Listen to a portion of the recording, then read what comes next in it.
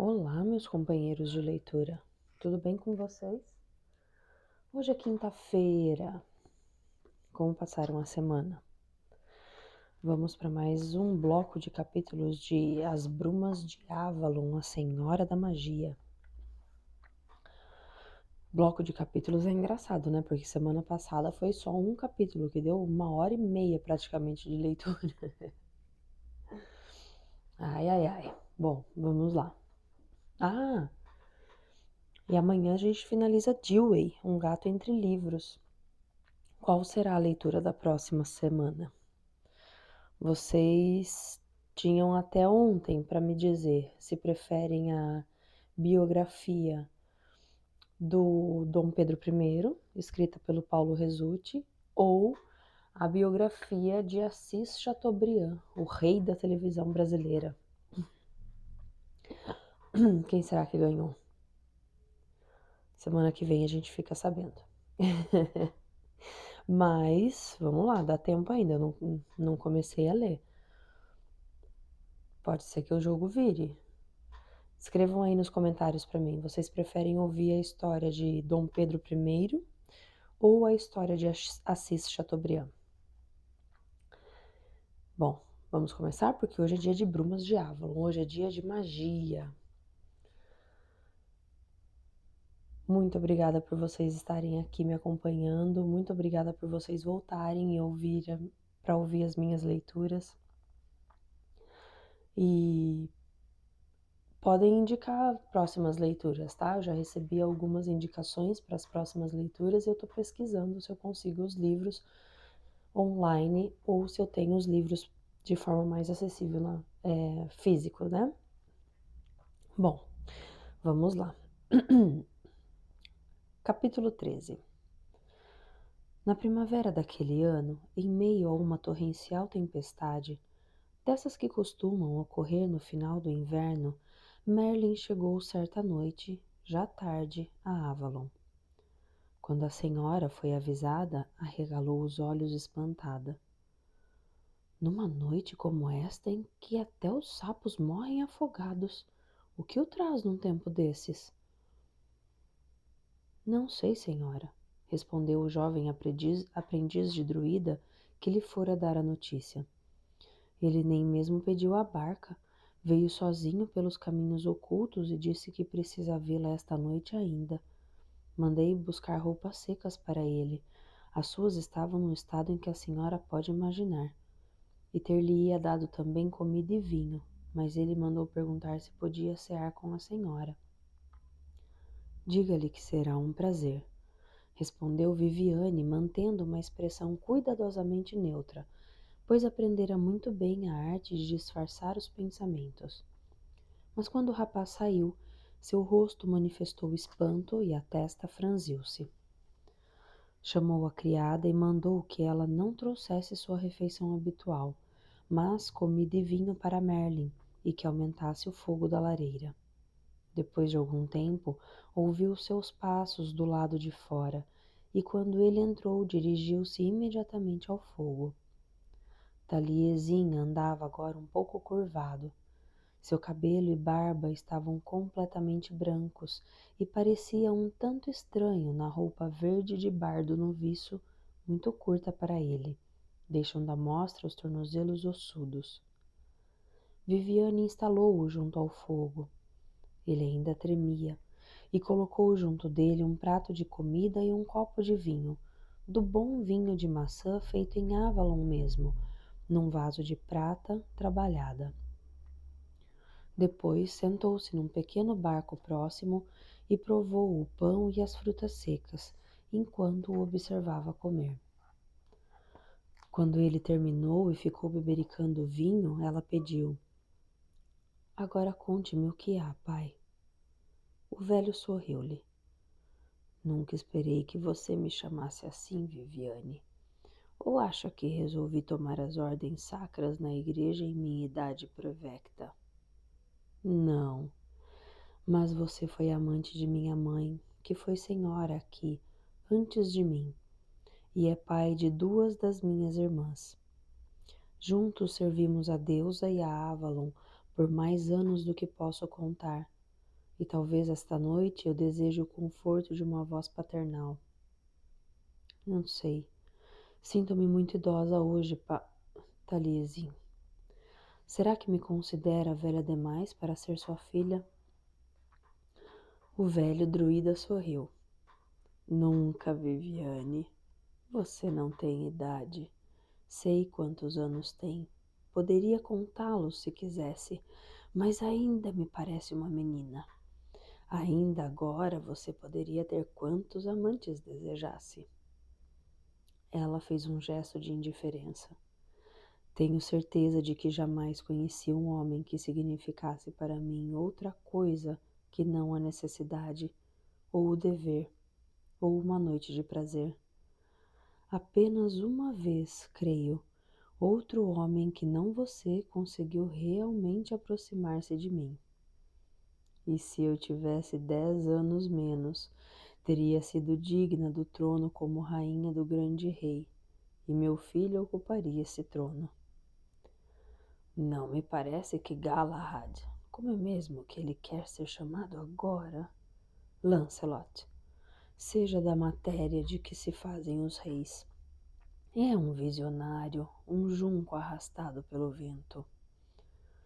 Mas se ele fosse filho de Uther Pendragon... Taliesin balançou a cabeça. Ele é um seguidor, Viviane, não um líder. Mesmo assim, sua atitude resulta de ele ter sido criado na corte de Ban como um bastardo. Se tivesse crescido como filho de rei, e quem teria governado Avalon durante todos esses anos se você tivesse preferido uma coroa nas terras cristãs lá fora? Se eu as tivesse governado ao lado de Uther, não seriam cristãs. Acreditei que Graine teria influência sobre ele e que a usaria em favor de Avalon. São águas passadas, Viviane. É sobre Uther que venho falar. Ele está morrendo. Viviane levantou a cabeça e olhou-o. Então já aconteceu. Ele é muito jovem para morrer. Uther comanda pessoalmente os homens nas batalhas, quando outro de sua idade e maior prudência deixaria tal missões aos generais. Foi ferido e começou a ter febre. Ofereci meus serviços como curandeiro, mas Igraine e os padres o proibiram. De qualquer modo, eu nada poderia ter feito. Sua vez é chegada. Eu o vi nos seus olhos. E como vai Igraine como rainha? Como seria de esperar? É bonita, tem dignidade, é religiosa, anda sempre de luto pelos filhos que perdeu. Teve outro, o dia de todos os santos. Viveu 4 dias apenas. E seu padre confessor convenceu-a de que isso é um castigo pelos seus pecados. Não houve qualquer escândalo desde que se casou com Uther, exceto o nascimento do primeiro filho, muito cedo. Mas isso bastou. Perguntei-lhe o que seria dela depois da morte de Uther e quando tivesse terminado seu luto, e respondeu-me que iria para um convento. Ofereci-lhe abrigo em Avalon, onde poderia estar perto da filha, mas Igraine pensa que não seria adequado a uma rainha cristã. O sorriso de Viviane endureceu um pouco. Nunca esperei ouvir isso de Igraine. Viviane, você não deve culpá-la, nem mesmo em pensamento, por aquilo que você mesma tramou. Avalon mandou-a embora quando ela mais precisava de Avalon. Você censurará a menina por ter encontrado consolo numa fé mais simples do que a nossa? Disso não tenho dúvidas. Você é o único homem na Bretanha que poderia falar da rainha como se fosse uma menina. Para mim, Viviane, até mesmo você é uma menina. Por vezes a mesma menina que costumava subir nos meus joelhos e tocar as cordas da minha harpa. E agora quase nem sei mais tocar. Meus dedos perdem a leveza com os anos. Ah, não, minha querida, disse ele, mostrando a própria mão enrugada. Ao lado destas, suas mãos são jovens, e mesmo assim todos os dias converso com a minha harpa por meio destes dedos. E você poderia fazer o mesmo. Suas mãos, porém, escolheram o poder, não a música. E o que teria acontecido à Bretanha se eu não tivesse feito essa escolha? Respondeu Viviane prontamente. Viviane, não a estou censurando, apenas falei a verdade. Ela suspirou e apoiou o queixo nas mãos. Eu estava certa quando disse que esta noite precisava de um pai. Então, já aconteceu aquilo que temíamos e que vem se preparando durante todos esses anos. E o filho de Uther, meu pai, está pronto? Ele tem de estar. Uther não viverá até o solstício de verão, e os corvos já estão se reunindo como fizeram quando Ambrósio estava morrendo. Quanto ao menino, você não o tem visto? De vez em quando, no espelho mágico. Parece saudável e forte, mas isso não me diz nada, exceto que ele pode desempenhar o papel de rei se for necessário. Você o visitou, não? Por ordem de Uther, fui algumas vezes ver como estava. Notei que tinha os mesmos livros em latim e grego que ensinaram ao seu filho tanta coisa de estratégia e guerra. Hectório é romano até o âmago, e as conquistas de César e os feitos de Alexandre são parte de seu próprio ser. É um homem instruído e preparou seus 2 filhos para a guerra. O jovem Caio teve o seu batismo de sangue no ano passado. Arthur irritou-se por não poder ir, mas obedeceu a Hectório e fez o que lhe mandavam. Se Arthur é assim tão romano, estará disposto a submeter-se a Avalon? Pois ele tem de governar também as tribos e os pictos, lembre-se. Eu me encarreguei disso. Fiz com que conhecesse alguns homens do povo pequeno, dizendo que eram aliados dos soldados de Uther nesta guerra, para defenderem nossa ilha. Com eles, aprendeu a lançar os dados dos duendes e movimentar-se silenciosamente no meio de urzes e charnecas e... Ele pode caçar o gamo e não tem medo de andar entre eles. Viviane fechou os olhos por um momento. Ele é tão jovem. A deusa sempre escolhe os mais jovens e mais fortes para liderar os guerreiros, insistiu Taliesin. Que assim seja, concordou Viviane, inclinando a cabeça. Ele será posto à prova. Traga-o aqui se puder, antes que Uther morra. Aqui? Não enquanto a prova não tiver sido feita. Só então poderemos mostrar-lhe o caminho de Avalon e os 2 reinos sobre os quais ele terá de reinar. Viviane balançou outra vez a cabeça. Para a Ilha do Dragão, então. Será o desafio antigo? Não puseram Uther à prova desse modo quando foi feito rei. Uther era um guerreiro. Isso bastava para fazê-lo senhor do dragão. Este menino é jovem e ainda não teve seu batismo de sangue. Deve ser posto à prova. E se falhar, ele não falhará, exclamou Viviane cerrando os dentes. Taliesin esperou até que ela o olhasse novamente nos olhos e repetiu. Se ele falhar, sem dúvida, Lot estará pronto se isso acontecer. Respondeu ela com um suspiro.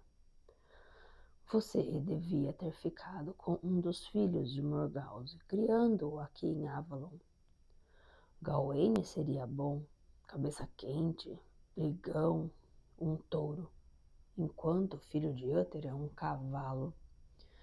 Gawaine tem estofo de rei, creio, e ele também é filho da deusa. Morgause é filha de sua mãe, e seus filhos têm o sangue real. Não confio em Lot, e confio ainda menos em Morgause. Mas Lot controla os clãs do norte, e creio que as tribos o aceitariam. Mas não os que se voltam para Roma.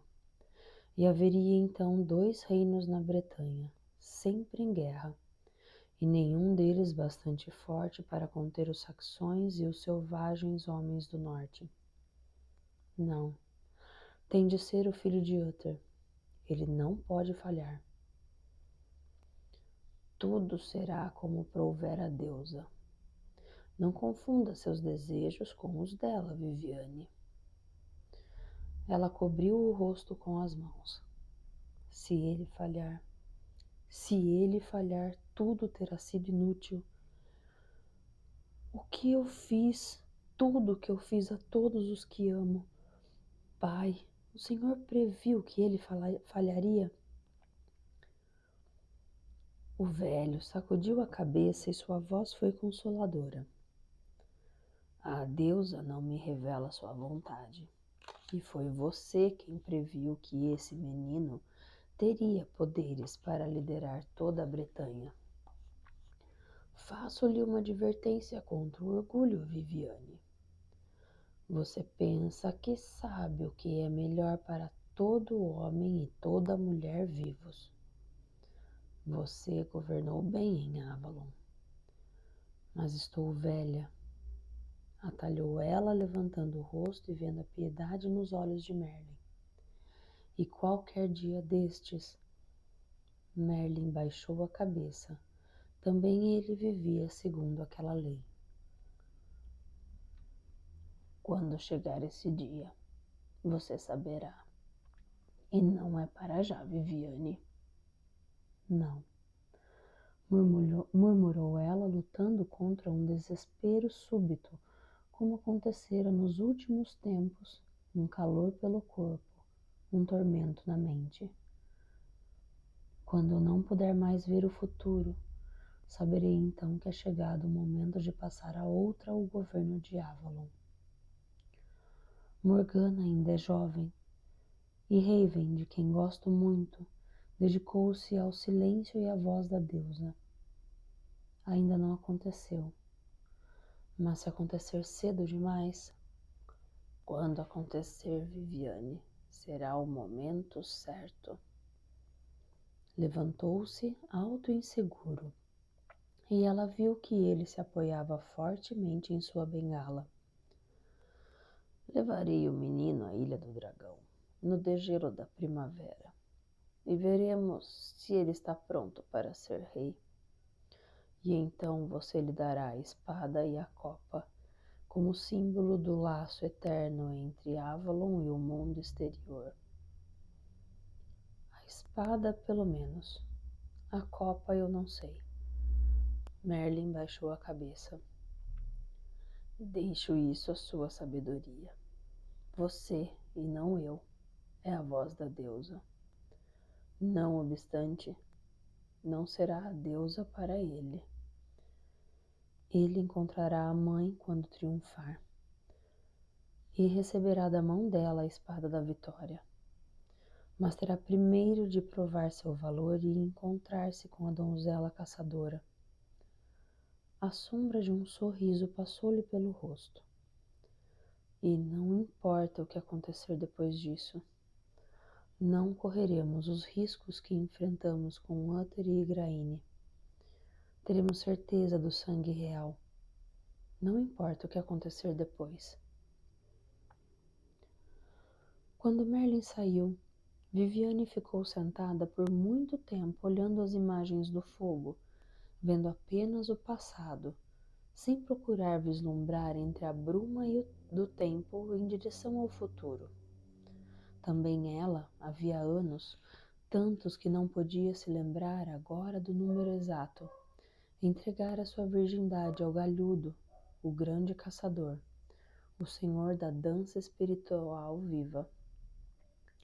Quase nem pensou na virgem que tomaria parte da celebração de rei que deveria ocorrer, mas deixou o pensamento perder-se no passado, nos tempos em que ela desempenhara o papel da deusa, no grande casamento. Não havia sido mais do que um dever, por vezes agradável, por vezes não, mas sempre ordenado e controlado pela grande mãe, que governava sua vida desde que chegara ali.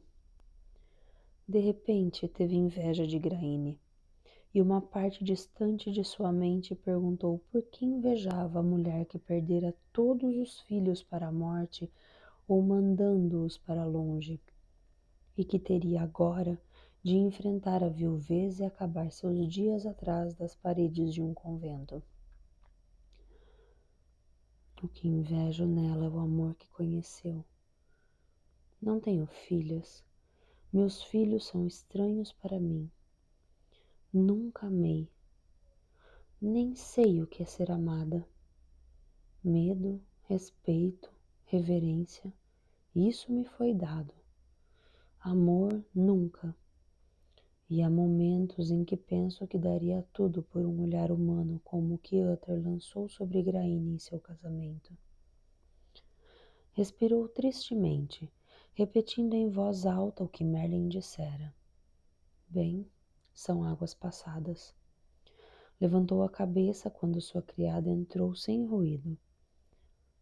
Senhora, traga-me...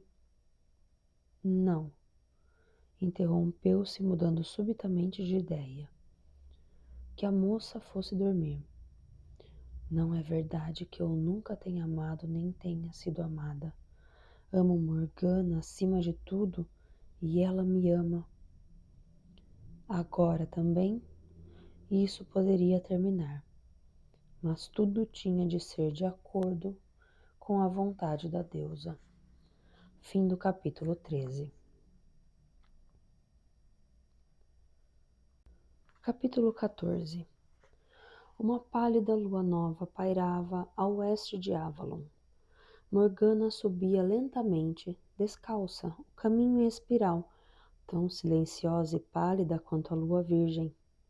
Seu cabelo estava solto, a roupa era simples e larga, sem cinto.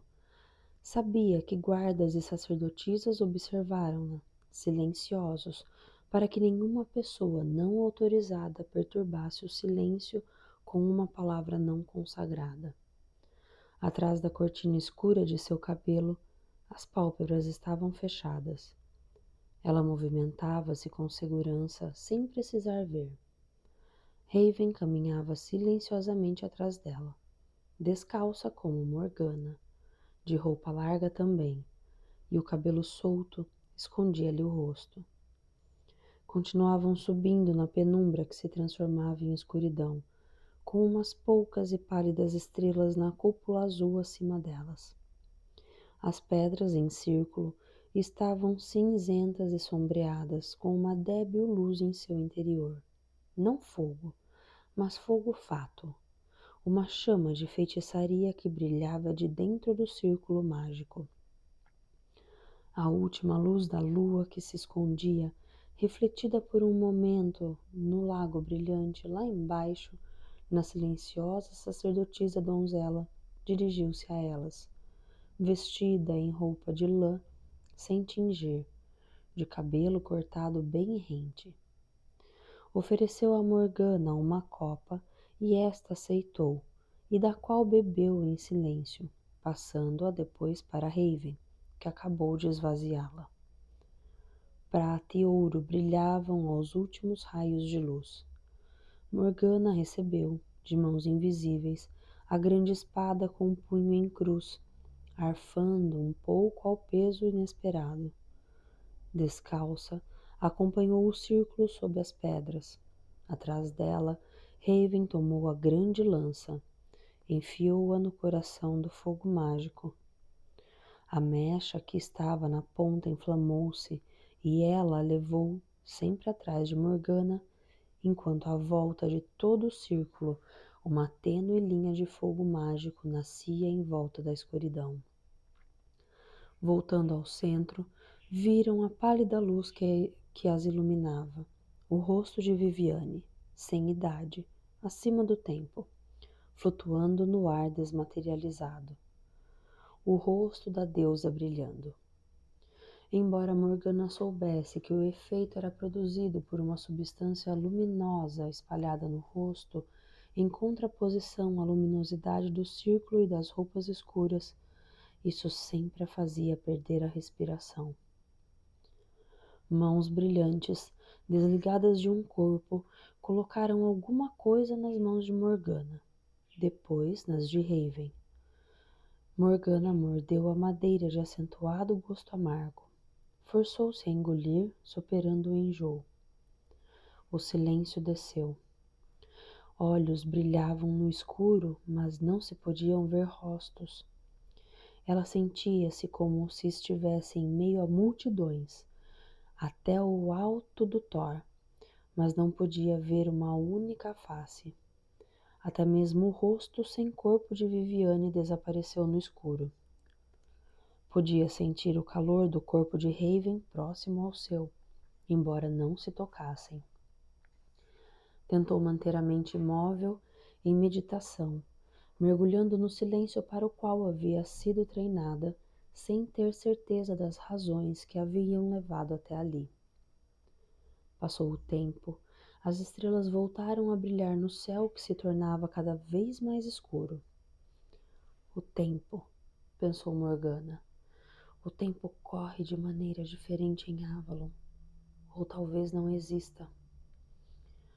Muitas noites durante os longos anos, ela trilhara o caminho em espiral do Thor, sondando o mistério do tempo e do espaço dentro do círculo das pedras. Não obstante, aquela noite parecia estranha, mais escura, de alguma forma mais pesada de mistério. Nunca antes fora escolhida entre as outras sacerdotisas para desempenhar o papel mais importante do ritual. Sabia que lhe tinham dado uma erva que fortalecia a visão na festividade mágica, mas isso não lhe diminuía o poder ou a magia. Depois de algum tempo na escuridão, começou a ver imagens mentais. Pequenos quadros coloridos como se estivessem a grande distância. Viu um rebanho de gamos correndo. Viu novamente as grandes trevas que haviam descido sobre a terra quando o sol desapareceu e um vento frio soprou, e teve medo de que o mundo estivesse acabando. Mas as velhas sacerdotisas explicaram-lhe, ao se reunirem do pátio, que a deusa Lua estava apagando o brilho da deusa, e correu em companhia delas, alegremente, para fazer coro com os gritos com que as mulheres procuravam afastá-la.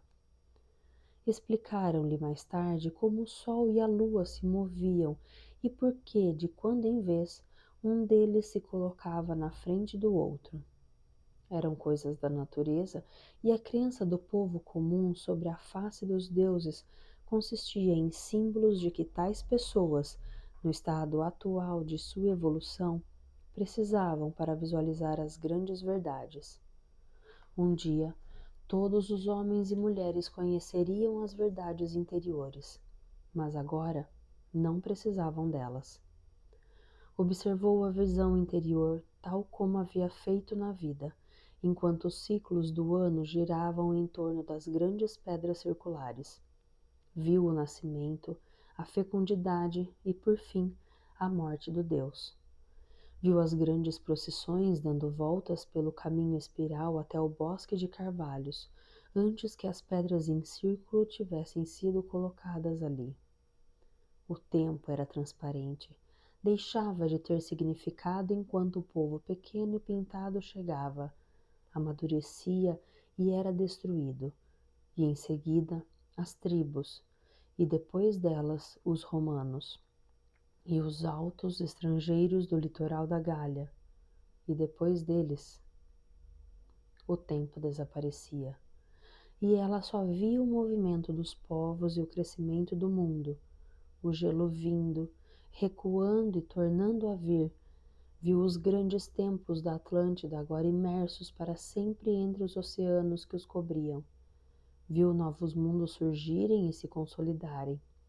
E o silêncio. E além da noite, as grandes estrelas girando e rodando. Ouviu atrás de si um fantasmagórico grito de dor, e sua pele gelou. Raven gritava. Raven, cuja voz nunca tinha ouvido.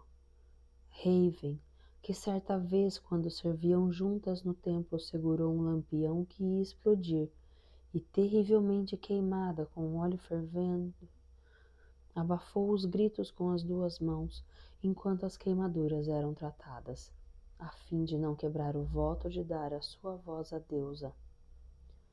As cicatrizes lhe ficaram para sempre. Um dia, olhando-a, Morgana pensou: o voto que fiz era algo insignificante comparado a isso, e não obstante eu quase o quebrei, por um homem moreno e de voz macia. Agora, Raven, na noite sem lua, gritava alto, um grito sobrenatural, como de uma mulher no parto. 3 vezes esse grito tremeu sobre o Thor, e Morgana estremeceu novamente, sabendo que até mesmo os padres na outra ilha que correspondia à sua deveriam estar acordados em suas celas solitárias, benzendo-se ao ouvir aquele grito assombrado que ecoou entre os 2 mundos. Depois do grito, fez-se um silêncio que parecia a Morgana estar cheio da respiração igual dos iniciados invisíveis que não cercavam a terrível solidão apenas habitada pelas 3 sacerdotisas imóveis. E então, sufocando como se sua voz tivesse sido há muito inutilizada pelo silêncio, Raven gritou: "Ah!" 7 vezes a roda com 13 raios, deu a volta aos céus. 7 vezes a mãe deu à luz seu filho escuro. Outra vez houve silêncio, aprofundando-se em contraste, exceto pela respiração conturbada da profetisa em transe. Ela gritou: "Ah! Ah! Sinto-me queimar! Sinto-me queimar! É tempo! É tempo!" E mergulhou outra vez no silêncio coagulado, prenhe de terror. Eles correm, correm no cio da primavera. Eles correm, lutam, escolhem seu rei. Ah, o sangue, o sangue! E o maior de todos, ele corre e há sangue nos galhos de seu orgulho. De novo o silêncio prolongou-se, e Morgana, enxergando por trás das pálpebras a corrida do gamo na escuridão, viu novamente aquilo que vira num relâmpago semi-esquecido na bacia de prata. Um homem entre os gamos, lutando, lutando. É o filho da deusa. Ele corre, ele corre. O galhudo tem de morrer, e o galhudo deve ser coroado. A donzela caçadora deve chamar o rei, deve entregar sua virgindade ao Deus. Ah, o velho sacrifício, o velho sacrifício. Sinto-me queimar, queimar. As palavras começaram a atropelar-se e a morrer, num longo grito soluçante.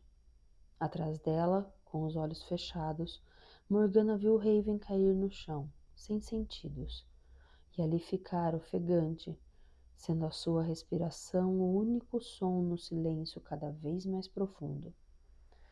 Em algum lugar, uma coruja piou. 1, 2, 3 vezes. Da escuridão saíram sacerdotisas, silenciosas e escuras, com brilhos azuis na testa. Levantaram Raven ternamente e levaram-na. Levantaram Morgana também, e ela sentiu que a cabeça, que rodopiava, era aconchegada com cuidado ao seio de uma mulher, enquanto a levavam. Depois perdeu a consciência. 3 dias depois, quando já havia recuperado um pouco de sua força, Viviane mandou chamá-la. Morgana levantou-se e tentou vestir-se, mas estava ainda fraca e aceitou a ajuda de uma das jovens sacerdotisas, satisfeita por estar sob o voto de silêncio. O longo jejum, a terrível enfermidade provocada pelas ervas rituais, a tensão do ritual em si ainda lhe debilitavam o corpo. Havia tomado um pouco de sopa na noite anterior e um pouco de leite com pão naquela manhã, mas ainda se sentia doente e vazia, depois do prolongado esforço. Sua cabeça latejava e sua menstruação chegara com uma violência nunca vista. Sabia que também isto devia ser consequência das ervas sagradas. Sentindo náuseas, desinteressada, desejou que Viviane a tivesse deixado recuperar-se em paz, mas atendeu à vontade da senhora, como se fosse a da deusa, como se esta tivesse baixado do céu e manifestado um desejo em voz alta. Depois de vestida e penteada, prendeu o cabelo com uma faixa de couro de gamo, pintou o crescente azul em sua testa com tinta fresca e dirigiu-se à casa onde a grã sacerdotisa morava. Como agora era privilégio seu, entrou sem bater ou sem anunciar sua presença. De alguma forma, sempre imaginava Viviane naquela casa à sua espera, sentada na cadeira semelhante a um trono, como se fosse a deusa em seu trono escuro. Hoje, porém, Viviane movimentava-se no fundo da sala, e a lareira não estava acesa, mas escura e fria. Viviane vestia uma roupa simples de lã não tingida, com um capuz sobre os cabelos, e pela primeira vez, Morgana percebeu claramente que Viviane era uma sacerdotisa, não da mãe ou da virgem, agora, mas da antiga feiticeira, que era também o duplo da morte.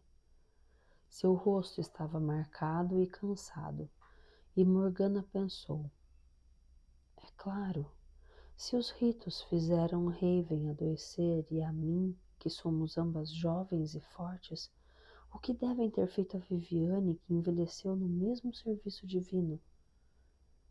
Viviane voltou-se e sorriu para ela, um sorriso de carinho, e Morgana sentiu novamente o velho impulso de amor e ternura.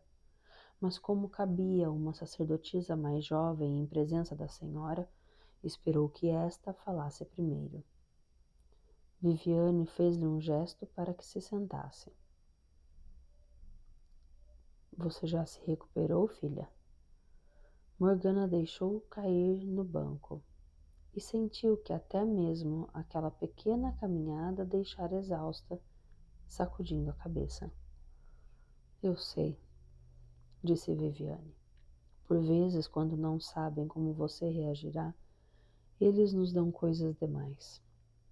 Da próxima vez, não tome tudo o que lhe derem. Calcule o que você pode tomar, o suficiente para dar-lhe a visão, mas não para deixá-la tão doente. Você tem esse direito agora. Chegou a uma fase em que a obediência pode ser temperada com o seu próprio juízo. Por algum motivo, essas palavras ficaram ecoando na mente de Morgana. Temperada com seu próprio juízo. Temperada com seu próprio juízo. Pensou, ainda estou doente das drogas que me deram. E sacudiu a cabeça impaciente para afastar o som daquela frase e ouvir Viviane. O que você entendeu na profecia de Raven? Muito pouco. Foi misteriosa para mim. Não tenho sequer muita certeza das razões pelas quais eu estava ali. Em parte para emprestar sua força a ela. Raven não é forte. Está de cama ainda e fiquei preocupada com ela. Sabe o quanto deve tomar de erva e até mesmo essa pequena dose pareceu ser demais. Ela vomitou sangue e está evacuando sangue também, mas não morrerá. Morgana estendeu a mão para afirmar-se, pois se sentia vazia e uma súbita onda de enjoo dominou-a, deixando-a pálida e tonta. Sem pedir licença, levantou-se, tropeçou na corrida para a porta e vomitou lá fora o leite e o pão que havia comido pela manhã. Ouviu Viviane pronunciar seu nome e, quando terminou e ficou apoiada ao portal, uma das jovens sacerdotisas veio limpar-lhe o rosto com um pano úmido que cheirava levemente a ervas doces. Viviane estendeu-lhe a mão quando ela entrou novamente e deu-lhe também um pequeno copo. Tome devagar. O líquido queimou-lhe a língua e por um longo momento a sensação de enjoo intensificou-se. Era uma bebida forte, destilada pelas tribos do norte, que a chamavam de água da vida. Só a provara uma ou duas vezes antes, mas quando a bebida desceu, um forte calor espalhou-se a partir do estômago vazio, e em poucos minutos sentiu-se melhor, mais firme, quase eufórica. Um pouco mais, sugeriu Viviane. Isso lhe fortificará o coração. Sente-se melhor agora? Morgana fez um gesto de assentimento com a cabeça. Obrigada. Esta noite você conseguirá comer. No estado estranho em que Morgana se encontrava, isso lhe pareceu uma ordem, como se Viviane pudesse dar ao seu estômago ordens para que se comportassem. Muito bem. Falemos da profecia de Raven. Nos velhos tempos, muito antes que a sabedoria e a religião dos druidas chegassem até nós, oriundas dos templos fundados no continente ocidental, o povo encantado, do qual eu e você fazemos parte, vivia aqui, às margens do mar interior, e antes de aprender a plantar a cevada e colhê-la, vivia de coletar os frutos da terra e da caça ao gamo. Naqueles dias não havia rei entre eles, apenas uma rainha, que era sua mãe, embora ainda não tivessem aprendido a considerá-la deusa. E como viviam da caça, sua rainha e sacerdotisa aprendeu a chamar os gamos e a pedir aos seus espíritos que se sacrificassem e morressem pela vida da tribo. Mas o sacrifício deve ser retribuído com sacrifício. Os gamos morriam pela tribo e um dos homens da tribo tinha, por sua vez, de morrer pelo gamo, ou pelo menos correr o risco de que o gamo lhe tirasse a vida em troca da sua, se assim o desejasse. Dessa maneira, mantinha-se o equilíbrio. Você está compreendendo, minha querida? Morgana ouviu aquela expressão incomum de afeto e ficou imaginando vagamente em seu estado de enjoo e embriaguez. Estará ela querendo me dizer que serei sacrificada? Terá minha vida sido escolhida pela tribo?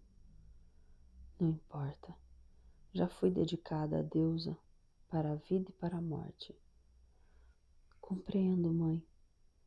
Pelo menos creio que compreendo.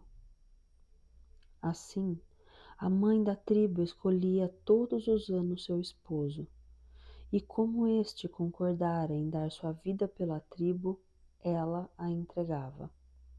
Mesmo que crianças pequenas passassem fome, ele sempre tinha tudo em abundância, e todas as mulheres da tribo estavam à sua disposição, a fim de que ele, o mais forte e o melhor, lhes fizesse filhos. Além disso, como a mãe da tribo era muito velha para conceber, ele podia escolher também as jovens donzelas, e nenhum homem da tribo interferia nos seus desejos. E então, quando o ano passava, todos os anos naqueles tempos, ele colocava os galhos dos gamos, usava uma roupa de pele de gamo não curtida, de modo que os animais pensassem que era um deles, e se juntava à manada. Quando a mãe caçadora lhes fazia o encantamento para que corressem. Mas já então a manada teria escolhido seu rei, e por vezes este sentia o cheiro de um estranho entre eles. E então o galhudo morria. Morgana sentiu novamente descer pela espinha o calafrio gelado que sentira quando, no Thor, esse ritual havia sido representado ante os seus olhos. O rei do ano tem de morrer para dar vida ao seu povo. Estaria a droga ainda agindo sobre seu cérebro para que ela pudesse ver tudo tão claramente? Bem, os tempos mudaram, Morgana, e agora esses velhos ritos já não são mais necessários, pois a cevada cresce e o sacrifício é exangue. Só em momentos de grande perigo a tribo exige um líder assim, e Raven previu que advirá tal perigo. Portanto, mais uma vez haverá uma prova para aquele que corre o risco de morrer pelo seu povo escolhido, de modo que este o seguirá até a morte. Você já me ouviu falar do grande casamento, não? Morgana sentiu com um gesto de cabeça. Lancelot era fruto de um desses casamentos. As tribos do povo encantado e todas as tribos do norte ganharam um grande líder, que será posto à prova segundo o rito antigo. E se ele sobreviver a ela, o que de certa maneira depende da força com que a donzela caçadora puder encantar o gamo, ele se tornará o galhudo, o gamo-rei, consorte da donzela caçadora, coroado com os galhos do deus. Morgana, eu lhe disse há vários anos que sua virgindade pertence à deusa. Ela a pede agora, em sacrifício ao galhudo. Você será a donzela caçadora e a noiva do galhudo. Você foi a escolhida. Havia grande silêncio na sala, como se estivessem outra vez no centro das pedras circulares, no ritual. Morgana não ousava romper tal quietude. Finalmente, sabendo que Viviane esperava que dissesse alguma palavra de concordância. Quais haviam sido as palavras dela há tanto tempo? É um peso demasiado grande para não ser carregado espontaneamente. Ela inclinou a cabeça. Meu corpo e minha alma pertencem a ela, para fazer deles o que desejar, disse baixinho. E sua vontade é a vontade dela. Que assim seja. Fim do capítulo 14. Muito bem, amigos. Morgana vai se entregar ao grande casamento. Ela será a donzela caçadora. Esses ritos antigos são bem curiosos, né? Quando a gente pensa que o sexo era algo que era a energia do sexo do ato sexual era utilizada de uma forma diferente do que a gente conhece agora, né? É como se fosse algo para despertar concentração, para despertar a energia que você precisa para realizar uma tarefa. Curioso. Como mudou, né? Bom, muito bem. Muito obrigada por vocês estarem aqui. Espero que vocês estejam gostando. Até semana que vem, ou até amanhã. Uma ótima semana para vocês. Por favor, deixe o seu comentário. Eu adoro respondê-los. Deixe o seu like, compartilhe o vídeo e muito obrigado a cada um de vocês que já faz isso. Um beijo, tchau!